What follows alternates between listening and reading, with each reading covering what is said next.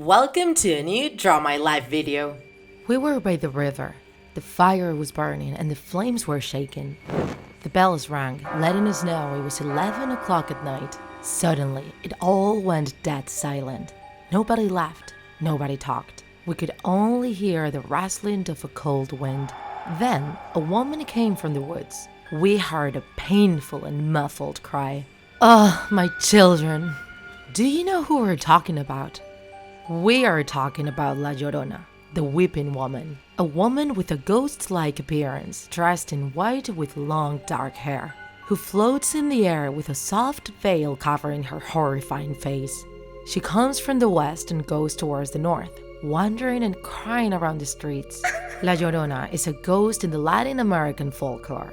According to oral tradition, she's the lost soul of a woman who lost her kids and wanders around trying to find them, and scaring anyone who sees her or hears her with her horrible cry.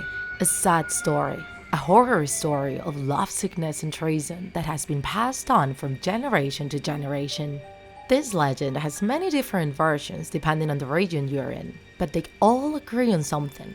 She always shows up near the water and her cries are deafening. One of the most popular versions tells the story of a beautiful young woman of humble origins. She was the lover of a nobleman. For a time, they were very happy and had 3 kids together. But one day, he left her without explanations of any type. Soon after, she found out he was marrying somebody else. This destroyed the heart of this beautiful woman. Heartbroken, she decided to take revenge on him in the cruelest way she could think of. One night, she woke the kids up and took them for a walk near the river, close to their house. Blind by anger, a terrible rage possessed her and she could feel all the love she felt for them turn into hate. She drowned them until they were all dead. She suddenly reacted, and when she realized what she had just done, she started running desperately into the river until her body was completely covered with water. She made that terrible cry and disappeared. From that moment on, La Llorona became a wandering soul. She walks around the streets looking for her lost kids, crying and yelling, hence her name. People say La Llorona attracts kids who misbehave, so she can take them to the river as an offering to be forgiven. She seduces adults with her beauty to take revenge on the one man that betrayed her.